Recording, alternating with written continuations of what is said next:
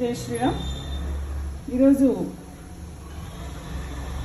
వినాయక చవితి సందర్భంగా వినాయకుడికి ఇష్టమైన చింతకాయ, లేత చింతకాయ దొరుకుతుంది. ఇప్పుడు ఈరోజు నుంచి మొదలు పెడతారు దీన్ని. చింతకాయ పచ్చడిని చూపిస్తున్నాను నేను.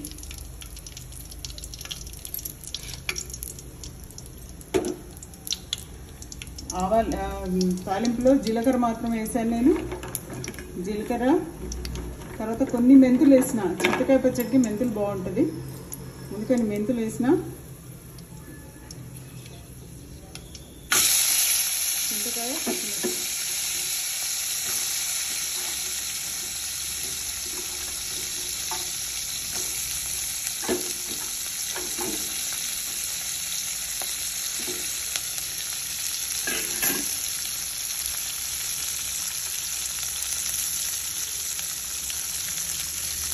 కొద్దిగా పసుపు,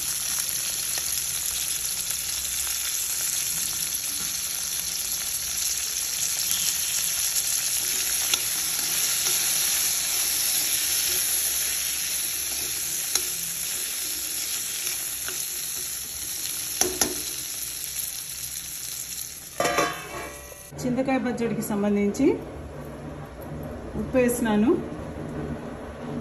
నువ్వుల పొడి వేస్తున్నాను, కొద్దిగా ధనియాల పొడి వేసుకుంటే ఇది మిక్సీ చేసుకుంటే సరిపోతుంది.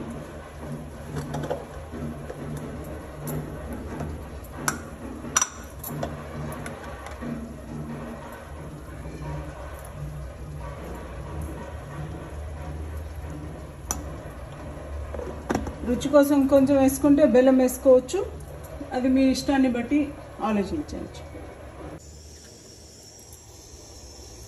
చింతకాయ పచ్చడి రెడీ.